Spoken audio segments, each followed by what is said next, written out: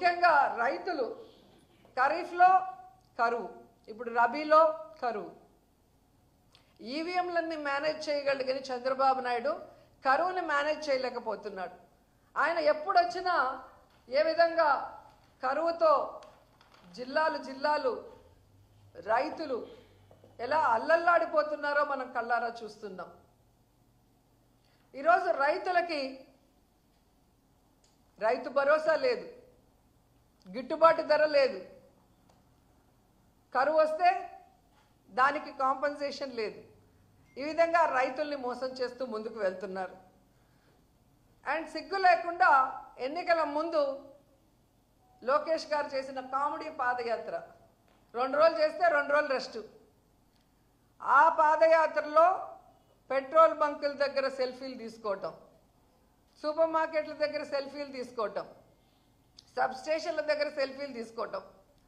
మేము కరెంటు పెంచము, మేము petrol diesel పెంచము, నిత్యావసర వస్తువుల ధరలు పెంచము అని చెప్పి గొప్పగా చెప్పుకున్నారు. ఈరోజు నేను లోకేష్ని సూటిగా అడుగుతున్నాను, మీరు మళ్ళీ పెట్రోల్ బంకుల దగ్గర కానీ సబ్ స్టేషన్ల దగ్గర కానీ నిత్యావసర వస్తువులు అమ్మే చోటికి వచ్చి సెల్ఫీలు తీసుకొని మేము పెట్రోల్ డీజిల్ ధరలు తగ్గించాము, మేము కరెంటు ఛార్జీలు తగ్గించాము, మేము నిత్యావసర వస్తువుల ధరలు తగ్గించామని చెప్పే దమ్ము ధైర్యం ఉందా అని అడుగుతున్నా. ఈరోజు పాల నుంచి పవర్ ఛార్జెస్ వరకు అన్నీ పెంచేసి జనాల జీవితాల్ని నాశనం చేస్తున్న మీకు ఖచ్చితంగా తొందరలో జనాలు బుద్ధి చెప్తారని కూడా ఈ సందర్భంగా తెలియజేసుకుంటున్నాను. ఎందుకంటే వీళ్ళు వచ్చిన తర్వాత ఒక పక్క సంక్షేమం లేదు, ఒక పక్క అభివృద్ధి లేదు. అండ్ చాలా ముఖ్యమైనది, మహిళలకి సంక్షేమం లేకపోయినా పర్లేదు కానీ భద్రత లేకుండా పోయింది. వాళ్ళు అసెంబ్లీలో అడిగిన క్వశ్చన్కి ఇచ్చిన ఆన్సర్లోనే మీకు తెలుస్తుంది. జూన్ 24 నుండి జనవరి 25 వరకు 16,809 కేసులు. అంటే ప్రతిరోజు దాదాపుగా 70 మంది మహిళలు చిన్నపిల్లల మీద ఏ విధంగా రేపులు కానీ అఘాయిత్యాలు కానీ టార్చర్లు కానీ న్యాయాలు కానీ అన్నీ జరుగుతున్నాయో వాళ్ళే సాక్షాత్తు అసెంబ్లీలో అడిగిన క్వశ్చన్కి ఇచ్చారు.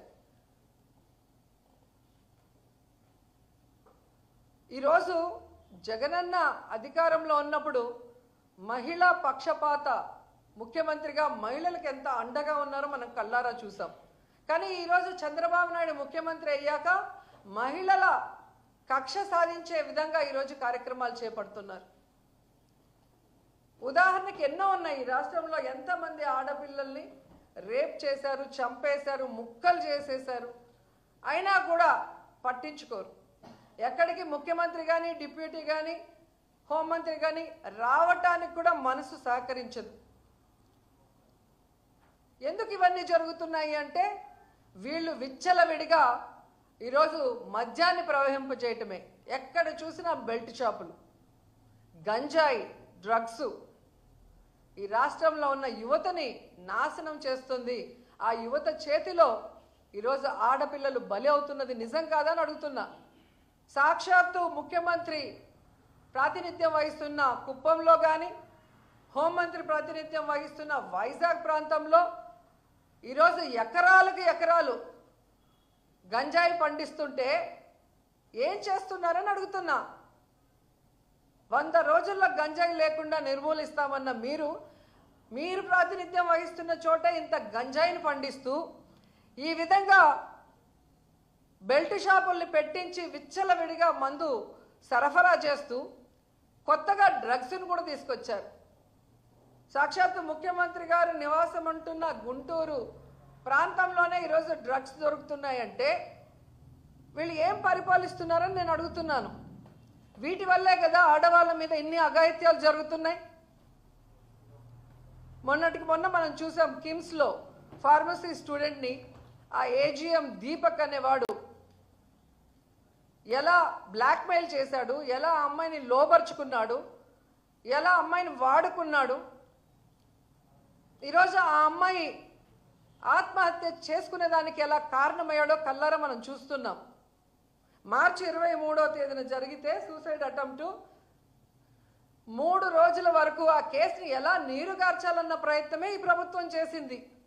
ఎందుకంటే హాస్పిటల్ చంద్రబాబు నాయుడు సామాజిక వర్గానికి ఆయనకు కావాల్సిన మనిషిది.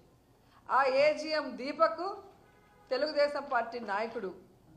సో వాళ్ళని కాపాడటానికి ఆ తల్లిదండ్రులకి కడుపు కోత మిగిల్చే విధంగా ఆ కేసును నీరుగారుస్తూ ఆ అమ్మాయిని అదే హాస్పిటల్లో ట్రీట్మెంట్ చేస్తున్నట్టు నటించడం అనేది దురదృష్టకరం.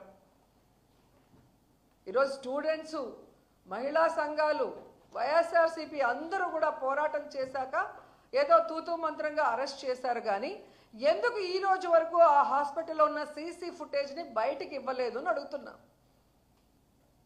పాస్టర్ గారి విషయంలో వాళ్ళ ఇష్టానికి అక్కడ ఒక సీసీ ఫుటేజ్, ఇక్కడ ఒక సీసీ ఫుటేజ్ అని చూపిస్తూ ఎలా కేసును డైవర్ట్ చేయాలనుకుంటున్నారో మనం కళ్ళారా చూసాం.